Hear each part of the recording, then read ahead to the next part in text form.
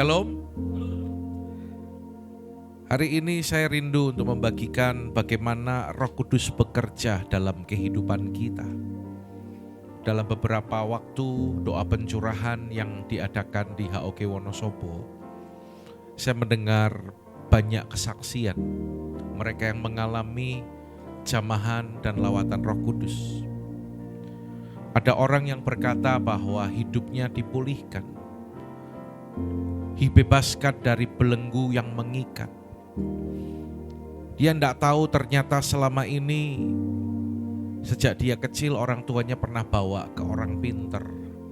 Tapi dalam waktu doa kemarin hari Jumat, ketika saya sampaikan firman tentang Galatia pasal yang kelima tentang dosa, sihir, perseteruan, tiba-tiba dia mendapatkan seperti dia melihat seperti lihat video dan ada seorang ibu, ada seorang lain dan ada anak kecil. Dan dia tahu kalau itu dirinya. Ya. Dan ketika saya katakan kita harus dibebaskan dari dosa okultisme, dan Tuhan ingatkan bahwa dia pernah dibawa oleh orang tuanya ke dukun. Dan dari sanalah ketika saya doakan dia menceritakan itu, dan ketika saya berdoa Roh Kudus melawat, dia dilepaskan. Ada sesuatu yang lepas. Ya. Dia berkata, aku seperti mau muntah, dan ada sesuatu yang keluar dari dirinya. Ada yang maju ke depan dan rupanya dia belum pernah ngalami namanya dijamah Roh Kudus. Sempat bertanya-tanya, itu orang kalau maju lalu jatuh itu dibuat-buat atau didorong? Ya, saya kalau doakan orang enggak pernah dorong, cuman tak tutul gitu saudaraku ya. Ya meskipun mungkin ada yang doakan disuruh-suruh gitu saudaraku. Ya. Nah saudara, orang ini yang pernah punya pertanyaan seperti itu, kemarin dia maju. Suasana hadirat Tuhan begitu kuat. Dan saya baru mendoakan sisi kanan, dia ada di sisi kiri. Tiba-tiba dia dilawat Roh Kudus. Dia merasakan damai sejahtera dan tubuhnya tiba-tiba lemas dan dia terjatuh. Sampai cukup lama ya, dia gak bangun-bangun ya. Dan dia mengalami damai sejahtera. Ada yang dilepaskan, disembuhkan dari kepahitan. Ya. Ada yang dibebaskan dari beban yang begitu menghimpit. Bahkan saya bersyukur kalau kemarin Pak Yahya dan keluarga juga boleh hadir dan kembali menerima lawatan Roh Kudus. Dan sebelum pulang kemarin ada yang bersaksi ke saya. Sudah seminggu setelah saya didoakan di minggu yang lalu. Selama ini tensi saya tinggi Pak. Tapi setelah didoakan, setelah dijamah Roh Kudus, tensinya menjadi normal kembali. Kita berikan tepuk tangan buat Tuhan kita. Ya. Karena itu saudara, di waktu-waktu ke depan saya berharap kita boleh lebih banyak waktu untuk mengikuti doa pencurahan Roh Kudus. Seperti apa yang Tuhan janjikan bagi jemaat mula-mula 2000 tahun yang lalu. Nantikan Roh Kudus, nantikan janji Bapa di loteng Yerusalem. Dan ketika mereka datang, mereka menerima itu. Salah satu dari yang bersaksi saya nasihati dan saya ingatkan, dan dia menangkap dan berkata, iya benar kata Pak Andi. Coba waktu itu saya tidak datang. Ketika Tuhan mau melawat hidup saya tidak ada. Pasti akan terlewat. Ya, berdoa supaya di waktu mendatang di Semarang lebih banyak lagi orang yang datang untuk berdoa, sehingga kita tetap bisa buat onsite. Ya. Dan andai kata tidak setiap hari pun Anda bisa terkoneksi lewat Zoom, saudara. Karena mereka pun juga menikmati. Ya, kemarin Bu Ririn juga bilang, saya yang ikut pakai Zoom aja saya diberkati.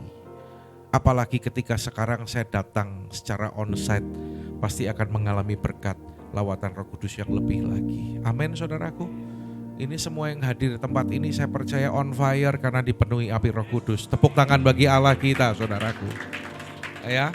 Nah, saudara, bagaimana Roh Kudus bekerja di hari Pentakosta, ya. Hari ini hari Pentakosta kita mengingat bagaimana Roh Kudus dicurahkan. Pentakosta itu adalah 50 hari setelah Paskah, dan Pentakosta itu adalah hari lahir gereja, di mana pada saat itu Tuhan membangkitkan seorang hambanya yang bernama Petrus.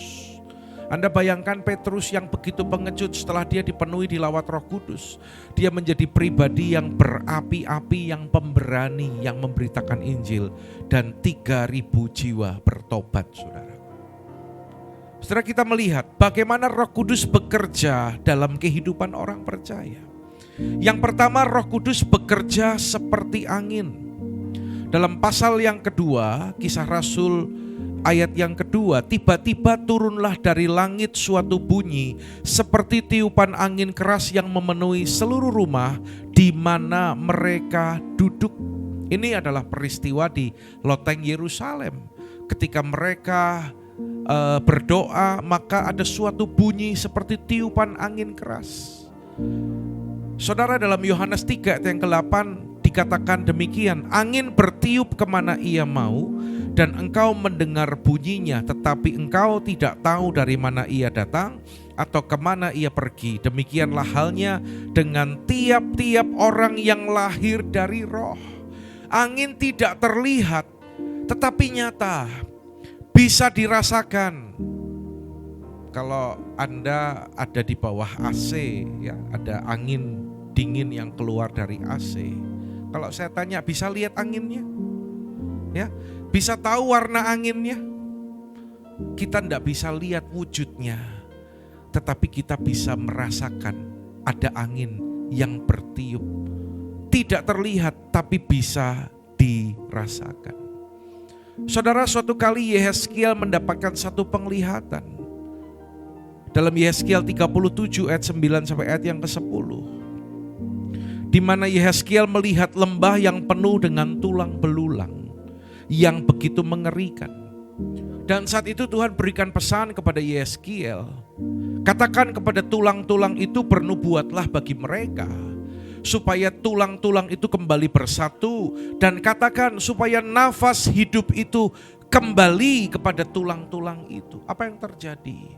Tulang itu menjadi satu kembali, otot, daging, kulit tumbuh, dan nafas hidup itu masuk ke dalam tulang-tulang itu. Lalu mereka bangkit dan mereka menjejakkan kaki. Saudara, ini adalah gambaran Israel yang terserak ke seluruh dunia akan dibangkitkan kembali pada akhir zaman. Ketika Roh Kudus hadir dalam kehidupan kita, maka akan menghidupkan roh kita yang sudah mati, yang tidak ada persekutuan dengan Tuhan. Seorang ahli Taurat bernama Nikodemus, dia ahli kitab, ya, dia menguasai hukum Taurat. Tetapi ketika berjumpa dengan Yesus di suatu malam, dia bertanya, bagaimana mendapatkan hidup yang kekal? Bayangkan, seorang Farisi ahli agama, tetapi secara rohani dia mati, saudara. Karena itu saya selalu ingatkan, jangan jadi orang Kristen agamawi. Tapi marilah kita menjadi orang Kristen yang dilahirkan kembali. Dan Yesus menjawab, berbicara kepada Nikodemus tentang kelahiran baru, bahwa engkau harus dilahirkan kembali. Nikodemus menangkap, bagaimana mungkin aku sudah tua gini aku bisa kembali lahir dari kandungan. Tapi Yesus menjelaskan tentang kelahiran baru. Ketika orang percaya Yesus sebagai Sang Mesias yang dijanjikan, maka dosa-dosanya diampuni. Roh Allah masuk dalam kehidupan orang itu, dan dia mengalami kehidupan yang baru. Itulah karya Roh Kudus. Tidak terlihat, tetapi nyata. Saudara, dengar apa yang saya mau katakan ini, bahwa orang yang dilahirkan kembali oleh Roh Kudus pasti akan mengalami perubahan yang dahsyat dalam kehidupannya. Katakan amin. 2 Korintus pasal yang ke-5 ayat yang ke-17. Kita dilahirkan kembali. Yang lama sudah berlalu, yang baru sudah datang. Kita adalah ciptaan yang baru di dalam Tuhan Yesus. Tepuk tangan bagi Allah kita, saudara. Ya, saudara, ada kesaksian seorang penyanyi terkenal, ini legend ya, pada zaman waktu saya masih kecil. Ya, dia punya suara yang sangat merdu. Ya, dia seorang Kristen tapi Kristen KTP. Nah, suatu kali ada hamba Tuhan, beberapa orang itu mengadakan KKR di lingkungan Jawa Tengah dan mengundang hamba Tuhan ini untuk datang ikut dalam pelayanan. Dan dalam acara KKR tersebut, hamba Tuhan ini diminta untuk menyanyikan sebuah lagu rohani.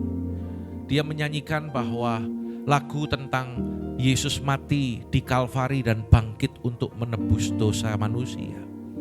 Saudara, di luar dugaan ketika dia menyanyikan lagu itu, tiba-tiba Roh Kudus bekerja dan melawat hatinya. Tiba-tiba dia menangis, hatinya hancur, dan dia sadar akan dosa-dosanya. Dia seorang Kristen, tapi KTP.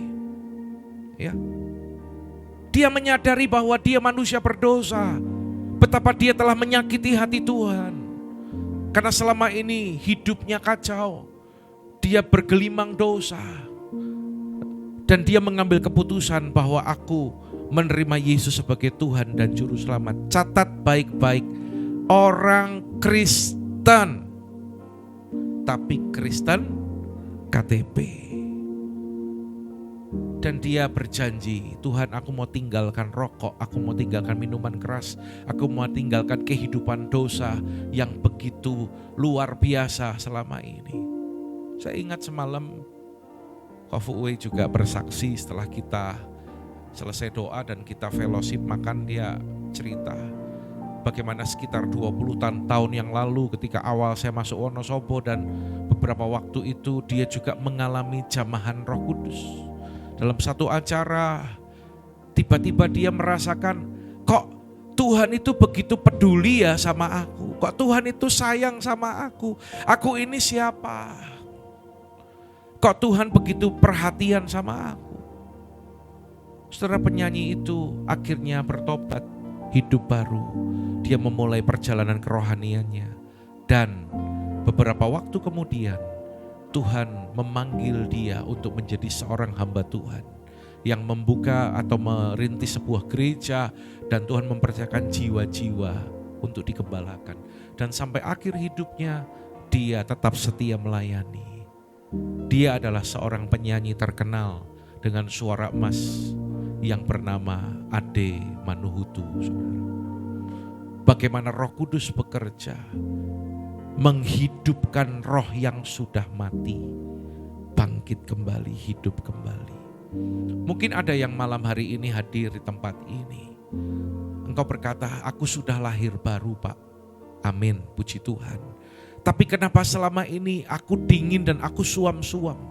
Dengar, minta Roh Kudus kembali menyegarkan hidupmu, supaya engkau mengalami pembaharuan, mengalami kasih yang mula-mula melalui karya Roh Kudus yang menjamah kehidupan saudara. Amin. Yang kedua, Roh Kudus bekerja seperti api. Aku membaptis kamu dengan air sebagai tanda pertobatan, tetapi Ia yang akan datang kemudian daripadaku lebih berkuasa daripadaku, dan aku tidak layak melepaskan kasutnya. Ia akan membaptiskan kamu dengan Roh Kudus dan dengan api. Katakan amin, saudaraku. Ya, saudara, api itu melambangkan kehadiran Allah. Ya, melambangkan Roh Kudus. Sama seperti satu peristiwa ketika Tuhan memanggil Musa. Dan Tuhan menampakkan diri bukan secara wujud Allah, dia menampakkan diri. Tapi Tuhan menjumpai Musa dalam semak yang terbakar, burning bush. Ya. Dan di sanalah Tuhan berkata kepada Musa, aku memanggil kamu untuk memimpin bangsa Israel keluar dari Mesir menuju tanah Kanaan.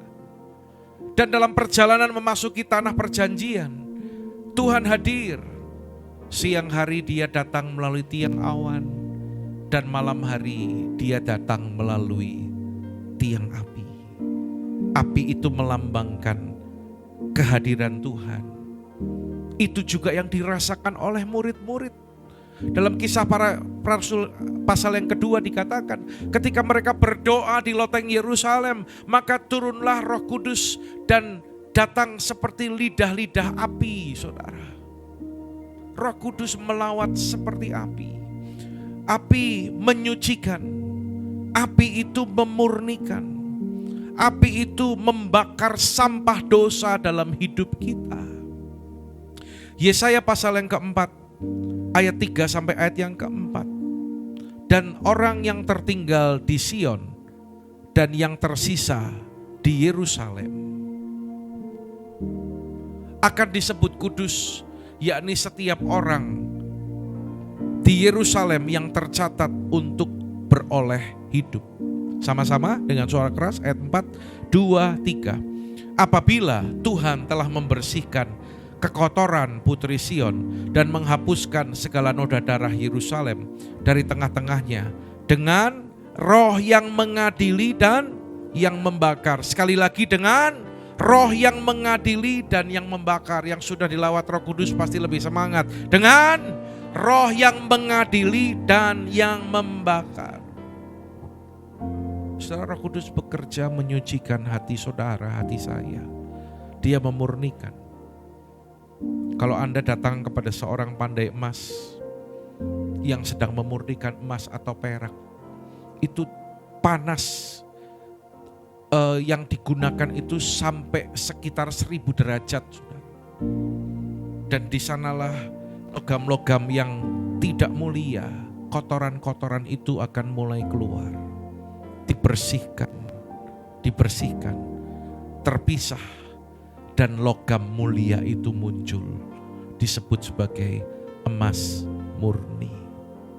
Ya, dibersihkan, diproses sama Tuhan itu enggak enak, saudara. Kasih tahu kanan kiri saudara, dibersihkan, diproses Tuhan itu enggak enak. Ya, tapi kalau kita mau menjadi orang yang berkenan, menjadi seperti Yesus, seperti lagu yang tadi kita nyanyikan.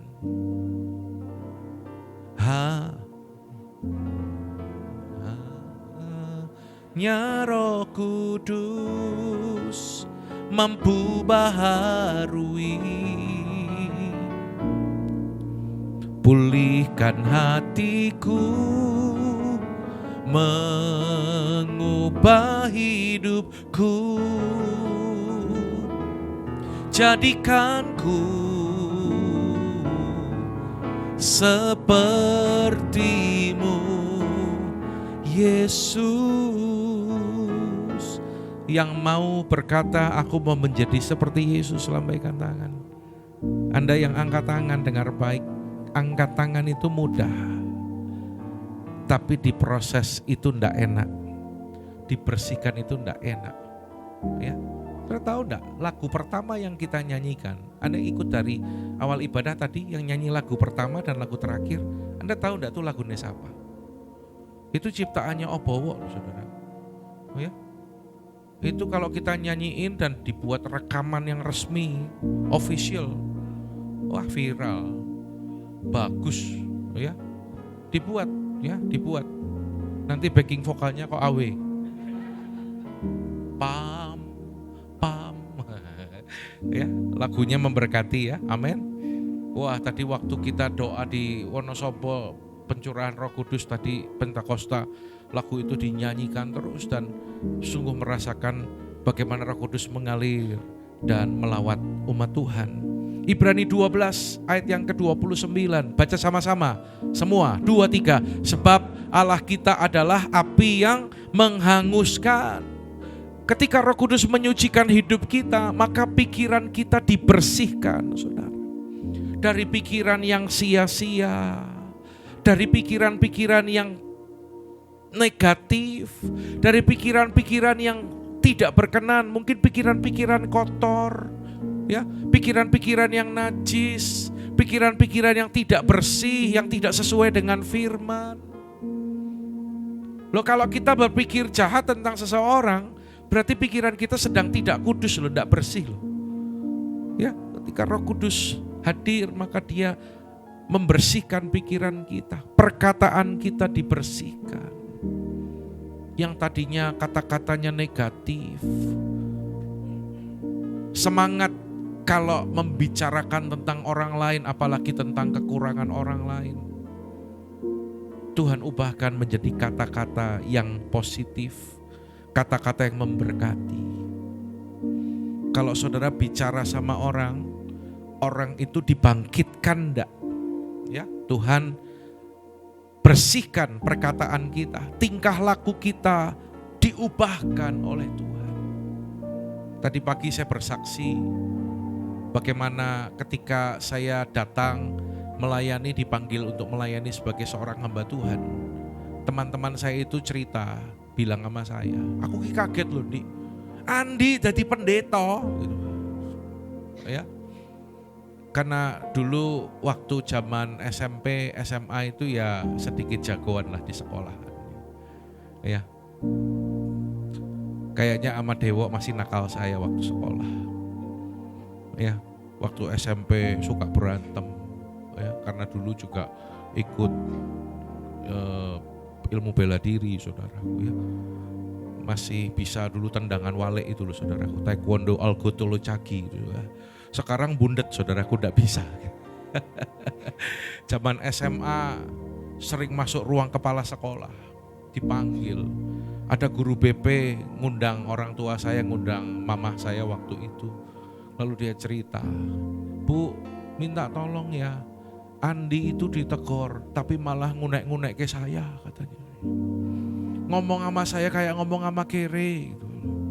Satpam sekolah, tak setrumi terus, saudaraku. Karena motor itu ada setrumannya, keluar masuk ruang kepala sekolah. Andi jadi pendeta, bukan kemampuan saya, tapi karena Roh Kudus yang mengubahkan. Ya, kita tahu yang namanya Koawe, yang mana? Coba tolong angkat tangan yang punya nama itu. Nah, ini juga dulu nakal. Mumpung ada orangnya ini tak ceritain gitu kan. Kemarin juga waktu selesai doa lagi makan, dia kesaksian lagi gitu ya. Diproses sama Tuhan. Kalau Tuhan mau tangkap seseorang itu dikejar, diproses. Ya. Dipepet terus sama Tuhan. Enggak mudah. Dulu ya terikat dengan rokok, dengan minuman keras. Ya. Ada Pak Andi enggak ngerokok, di belakang saya ngerokok lagi. Ya, ketika dikunjungi rokoknya diumpetin ke belakang kayak gitu. Tapi Roh Kudus ubahkan, ya, Roh Kudus ubahkan. Kita semua tentunya punya pengalaman bagaimana Roh Kudus mengubahkan kehidupan kita dan hati kita dikuduskan, ya, dikuduskan supaya hati kita itu berkenan kepada Tuhan. Firman Tuhan berkata, jagalah hatimu dengan segala kewaspadaan, karena dari situlah terpancar kehidupan. Kalau hati kita benar, maka perkataan kita itu juga benar. Kalau hati kita sehat, maka hidup kita juga akan memancarkan kehidupan. Tapi kalau hati kita tidak dijaga, ya, penuh dengan dendam, dengan kekecewaan, dengan sakit hati, saya selalu ingatkan kepada saudara, jaga hati. Ya, orang boleh nyakiti engkau, tapi jangan sampai engkau simpan sampah gara-gara kesalahan orang lain. Orang yang nyimpan sakit hati dan kepahitan, kalau sampai mati dia gak bertobat, gak ngampuni, dia gak selamat. Karena firman Tuhan berkata, kalau seorang mengampuni sesamanya, maka Bapa mengampuni. Tapi kalau seorang tidak mengampuni sesamanya, maka Bapa juga tidak mengampuni. Apa yang terjadi kalau Bapa gak ngampuni? Kita gak selamat. Kalau kita sadar tentang hal ini, izinkan Roh Kudus untuk memurnikan, untuk menyucikan hidup kita. Saudara, seorang hamba Tuhan bernama Jonathan Edwards. Ya, Jonathan Edwards. dia pernah dipakai oleh Tuhan untuk melakukan kebangunan rohani yang besar di Amerika Serikat. Dan saya mengikuti cerita ini, ternyata Jonathan Edward ini bukan hamba Tuhan tipe pengkhotbah berapi-api di KKR gitu, bukan. Dia seorang pengkhotbah yang monoton kalau khotbah. Bahkan cenderung sepanjang khotbah di dia itu seperti orang baca teks.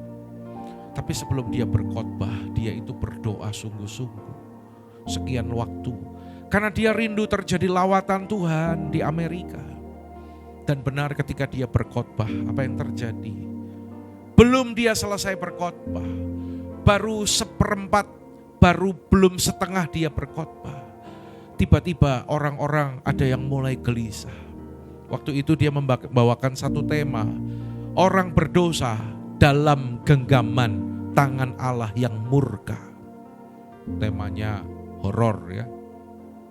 Setengah khotbah orang-orang mulai gelisah, ada yang mulai nangis, ada yang mulai meraung-raung. Dia bilang, dia gak sadar, tolong jangan rame ya, saya khotbah belum selesai. Padahal orang-orang yang demikian itu dilawat Roh Kudus. Seolah-olah mereka itu sedang ditimpa murka Allah, seolah-olah mereka sedang ditimpa oleh api neraka. Mereka itu menangis, mereka itu meraung-raung, menyadari dosanya. Sampai beberapa itu tiarap dan mumpet di kolong-kolong bangku gereja. Waktu itu kan gerejanya pakai bangku kayu yang besar itu ya. Dan setelah acara itu terjadi kebangunan rohani yang sangat besar. Orang-orang bertobat, orang-orang diselamatkan dan mereka dibaptis. Saudara, ketika Roh Kudus hadir, maka orang sadar akan dosanya dan mereka menyadari kehadiran Allah. Dimulailah dari diri kita. Amin, saudaraku. Kita menjadi orang-orang yang terbuka akan lawatan Roh Kudus. Ya, ada orang ketika mau didoakan dia enggak berani maju. Alasannya apa? Takut. Nanti kalau kebongkar gimana dosanya? Ya, saudara, Roh Kudus itu enggak pernah mempermalukan. Roh Kudus itu memulihkan kehidupan kita. Amin. Ada yang takut maju, nanti kalau aku jatuh gimana? Urusan jatuh sama enggak itu hanya manifestasi. Yang penting bukan jatuh atau enggak. Tetapi yang penting itu hatimu itu terbuka, dan ketika hatimu terbuka maka Roh Kudus melawat kehidupanmu. Dan saya percaya orang-orang yang sudah dilawat oleh Roh Kudus dalam sekian waktu ketika ada doa pencurahan, hidupnya itu pasti berubah. Amin. Hidupnya pasti berubah. Yang dulu berbuat dosa gak tinggal dalam dosa lagi. Roh Kudus adalah api yang memurnikan dan menyucikan kita. Kita mulai dari diri kita, dan kita percaya doa kita di era Pentakosta ketiga ini akan terjadi atas kota Semarang. Amin, saudaraku. Jiwa-jiwa datang, mereka mengalami lawatan Roh Kudus dan mereka menyadari dosa-dosanya. Ya, banyak orang-orang, mungkin orang Kristen tapi KTP, seperti kesaksian seorang penyanyi tadi, tapi hidupnya akan dilawat dan diubahkan oleh Tuhan. Yang ketiga, Yohanes pasal yang ke-7 ayat 38 sampai ayat yang ke-39. Barang siapa percaya kepadaku, seperti yang dikatakan oleh kitab suci, sama-sama 2-3, dari dalam hatinya akan mengalir aliran-aliran air hidup. Yang dimaksudkannya ialah roh yang akan diterima oleh mereka yang percaya kepadanya. Katakan amin. Ya, saudara, Roh Kudus bekerja seperti air. Air yang menyegarkan. Kalau lagi olahraga, wah sekarang ceritanya olahraga terus nih. Dan keluarga Pak Yahya juga mulai kena racun ya, ikut olahraga. Racun yang baik tapi ya. Ayo olahraga, sehat, fit ya. Ini saya dari pulang tengah malam istirahat sekitar 6 jam kurang sedikit, bangun pagi dan sampai sekarang belum selesai. Tapi tadi saya sempat istirahat berapa menit di mobil. Yang penting lep gitu langsung set ya, karena charger saya itu high watt-nya tinggi. Jadi 10 menit langsung 100% gitu ya. Tambahin UC lagi. Ya. Sampai di mana tadi? Ya. Kalau lagi olahraga, Cinova olahraga, naik turun, naik turun, naik turun. Saya liatin aja kesel. Mbak minum enggak? Wah minum glek enaknya. Kok lagi naik motor lama kepanasan, haus, yang diharapkan apa? Hah? Sambel. Yang diharapkan apa? Minum air, apalagi kalau minumnya air yang sejuk dan menyegarkan. Ya, kami pernah punya pengalaman, saya sama Ibu Gembala waktu kami sebelum pandemi kami ke Tanah Perjanjian, kalau nggak salah Cinova bareng ya, ikut ya. Lalu pulang kami mampir ke Dubai. Wah mampir kemana aja ya. Dan di Dubai itu suhunya panas sekali. Tadi saya tanya kok Awe, katanya suhunya bisa di atas 40 derajat, bahkan bisa mendekati 50. Anda bayangkan, enggak pernah ketinggalan botol minum, kemana-mana harus diisi. Dan pinginnya minumnya itu yang dingin. Tapi kan justru bahaya kalau lagi panas gitu kita minum dingin ya. Terus naiknya bis AC ke tempat-tempat yang dikunjungi, objek-objek tertentu, kawasan-kawasan dagang, ada sederetan toko emas semua. Waduh, toko emasnya luar biasa. Ya, iya, toko emasnya luar biasa. Ya, saya nggak terlalu tertarik loh. Kenapa coba? Begitu keluar dari bis, panasnya luar biasa. Cuman lihat-lihat sebentar, yang penting udah lihat, cepat-cepat pengen masuk bis lagi. Panas. Saudaraku, dalam situasi itu kita membutuhkan air yang menyegarkan. Saudara, hari-hari ini ketika hidupmu menghadapi banyak hal, menghadapi keletihan, rasa lelah, capek, kita juga perlu Roh Kudus seperti hanya air yang menyegarkan dan memuaskan kita. Ketika Yesus ketemu dengan seorang wanita Samaria, wanita itu lagi timba air ya di sumur, lalu berbincang-bincang. Dan Yesus berkata, kalau kamu minum air dari sumur ini, kamu akan haus lagi. Tetapi kalau engkau minum air yang aku berikan kepadamu, Yesus sedang berbicara tentang Roh Kudus, berbicara tentang bagaimana wanita ini harus menyerahkan hidupnya, ya, menerima Yesus sebagai Tuhan dan Juru Selamat, bertobat, berbalik dari dosa-dosanya. Yesus berkata, kalau engkau minum air yang aku berikan kepadamu, engkau tidak akan pernah haus lagi untuk selama-lamanya. Buka hatimu, saudara. Kalau engkau sedang mengalami keletihan, jangan berpikir enggak apa-apa, biasa. Enggak. Anda harus disegarkan kembali. Amin. Roh yang mulai suam-suam, yang mulai kering, harus dibasahi kembali, harus dipulihkan kembali, harus disegarkan, supaya kita tetap memiliki roh yang menyala-nyala, saudara. Jiwa yang disegarkan, maka tubuh kita juga akan sehat. Saya ingat tahun 92 ketika saya bertobat dan lahir baru. Dan ketika saya didoakan baptisan Roh Kudus, saya menerima baptisan Roh Kudus itu. Saudara, semuanya berubah. Sesuatu yang baru yang saya alami ketika dibaptis Roh Kudus, dipenuhi Roh Kudus. Enggak punya kepinginan lain selain yang penting aku dekat sama Tuhan. Saudara, kalau kita jadikan Roh Kudus menjadi segala-galanya dalam kehidupan kita, saudaraku, enggak ada yang bisa menggantikan Roh Kudus dalam kehidupan kita. Mari saudaraku, buka hatimu, biarkan Roh Kudus yang adalah air yang menyegarkan itu melawat kita hari ini. Dan yang keempat, baca sama-sama 2, 3. Roh Kudus digambarkan seperti minyak. Samuel mengambil tabung tanduk yang berisi minyak itu dan mengurapi Daud di tengah-tengah saudara-saudaranya. Sejak hari itu, perhatikan, dan seterusnya, berkuasalah roh Tuhan atas Daud. Setelah diurapi oleh Samuel, ya, melalui minyak urapan itu, maka Alkitab berkata, berkuasalah roh Tuhan atas Daud. Minyak itu juga melambangkan Roh Kudus. Dipakai oleh hamba-hamba Tuhan, para nabi, ya, untuk mengurapi.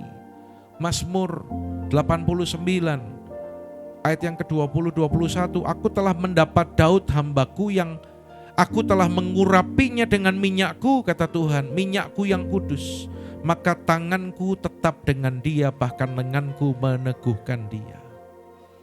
Orang yang diurapi Tuhan, ada kuasa roh Tuhan atas kehidupan orang itu. Amin. Dan orang yang diurapi Tuhan, Tuhan katakan tanganku tetap dengan dia, bahkan lenganku meneguhkan dia. Saudara, tadi ketika saya mendoakan orang-orang dan beberapa orang, saya katakan kepada mereka, terimalah minyak yang mengurapi dan yang menyembuhkan engkau. Kita perlu kekuatan yang baru, saudara. Tuhan akan tuntun kita, ya. Orang yang diurapi, dia akan menerima kemampuan untuk melakukan tugas-tugas yang Tuhan percayakan. Saudara dengar yang saya katakan ini. Setelah Daud diurapi oleh Samuel, selanjutnya Daud berhadapan dengan Goliat. Dengar, saudara.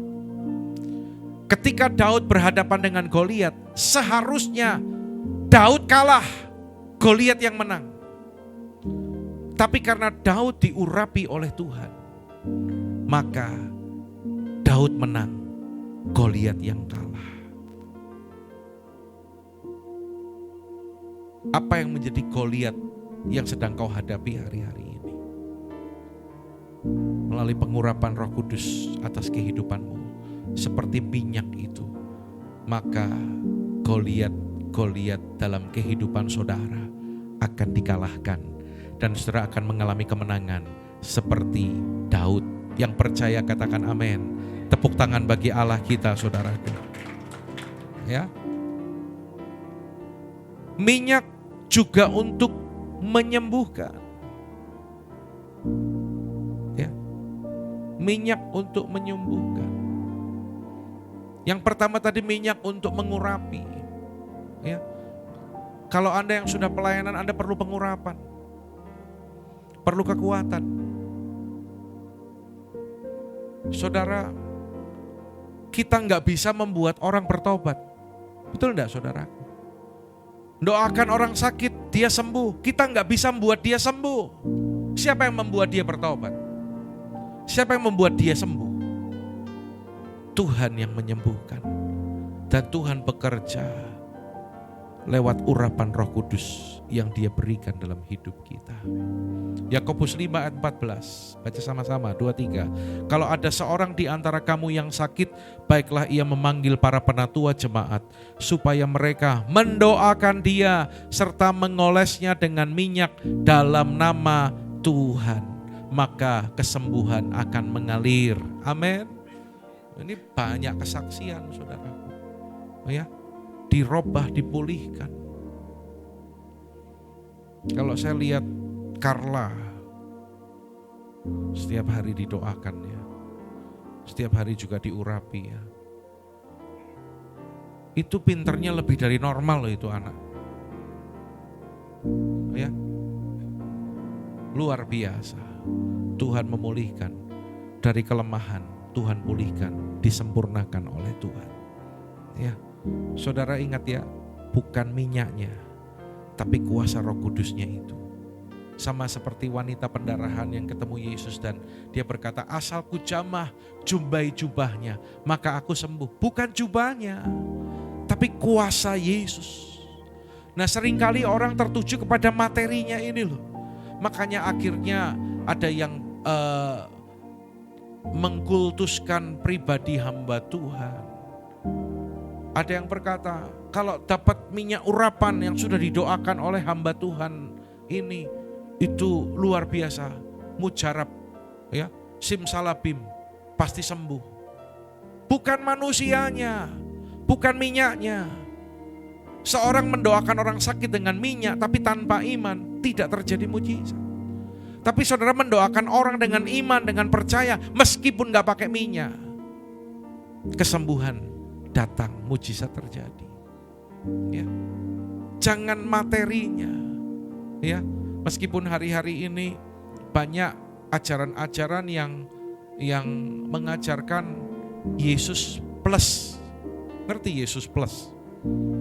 Percaya Yesus tapi ada plus-plusnya gitu loh. Tetap harus ada elemen ini. Dulu 7 elemen, kurang, sekarang 9 elemen. Dulu tumen, sekarang semen. Ya, kalau hamba Tuhan ini datang masuk ruang ibadah, semua jemaat itu tiarap. Luar biasa ya.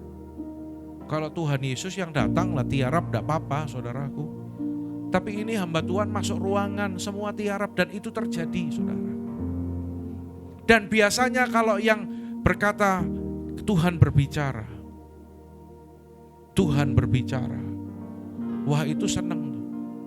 Karena memang background di Indonesia ini kan sinkretisme ya, klenik-klenik gitu loh. Jadi kalau gereja plus ada klenik-kleniknya, ingat gak? Waktu itu ada yang sudah lahir, apa ada yang belum lahir? Tahun berapa itu waktu saya SMA atau SMP ya? Saya SMP, kamu umur berapa Dewo? Dewo masih sebelumnya playgroup itu apa ya? Yang di Semarang, siapa yang orang Semarang asli? Rini ya?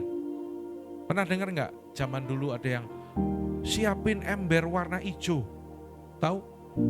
Isi beras, maka di masa kesesakan beras itu gak akan pernah habis. Ada hamba Tuhan yang bilang, ya wis ta cepake we to, nek dadi yo puji Tuhan, nek ora ya ora apa-apa. Tapi sebenarnya kita sudah ikut percaya hal-hal yang demikian. Iman kita hanya kepada Tuhan Yesus. Ya.